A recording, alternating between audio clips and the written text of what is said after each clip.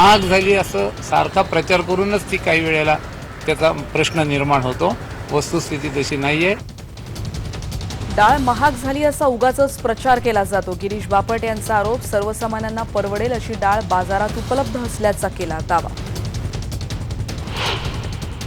सणांवरचं गेल्या वर्षी पण हेच, ह्या वर्षी पण हेच, सण करायचे का नाही सामान्य लोकांनी? सण म्हणा किंवा मध्ये दिवशी आमटीला डाळ मिळायची का नाही सामान्य लोकांना? त्यांच्या मुलांचं शिक्षण बघायचं काय, त्यांनी डाळींचं महागाईचं दर हे खायचं। आणि दिवाळीच्या तोंडावर डाळीचे दर वाढल्यानं बजेट पुन्हा कोलमडलं। सण कसा साजरा करायचा, गृहिणींचा सवाल।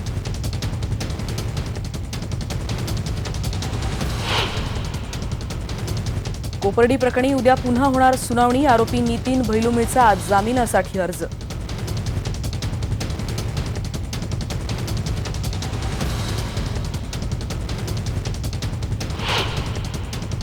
खोटं बोलल्याबद्दल त्यांनी त्वरित राजीनामा द्यायला पाहिजे।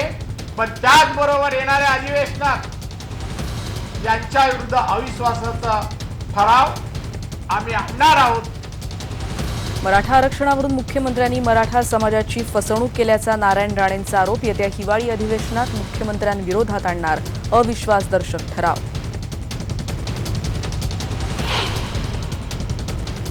उत्तर प्रदेश निवडणुकीच्या तोंडावर राम मंदिराचा मुद्दा पुन्हा पेटला। रामायण म्युझियम नको, राम मंदिरच हवं। विनय कटियार यांचा भाजपला घरचा आहे।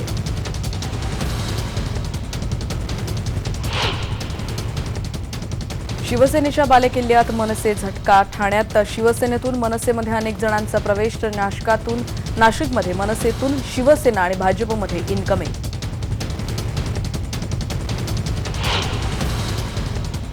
पुण्यातल्या कोथरूडमध्ये 31 वर्षांच्या महिलेची भर रस्त्यात खून।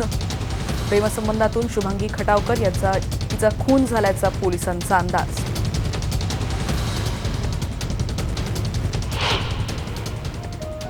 आणि ये दिल है मुश्किलच्या प्रदर्शनाला मनसेचा विरोध कायम, तर शांततेनं तोडगा काढण्याचं निर्मात्यांचं आवाहन।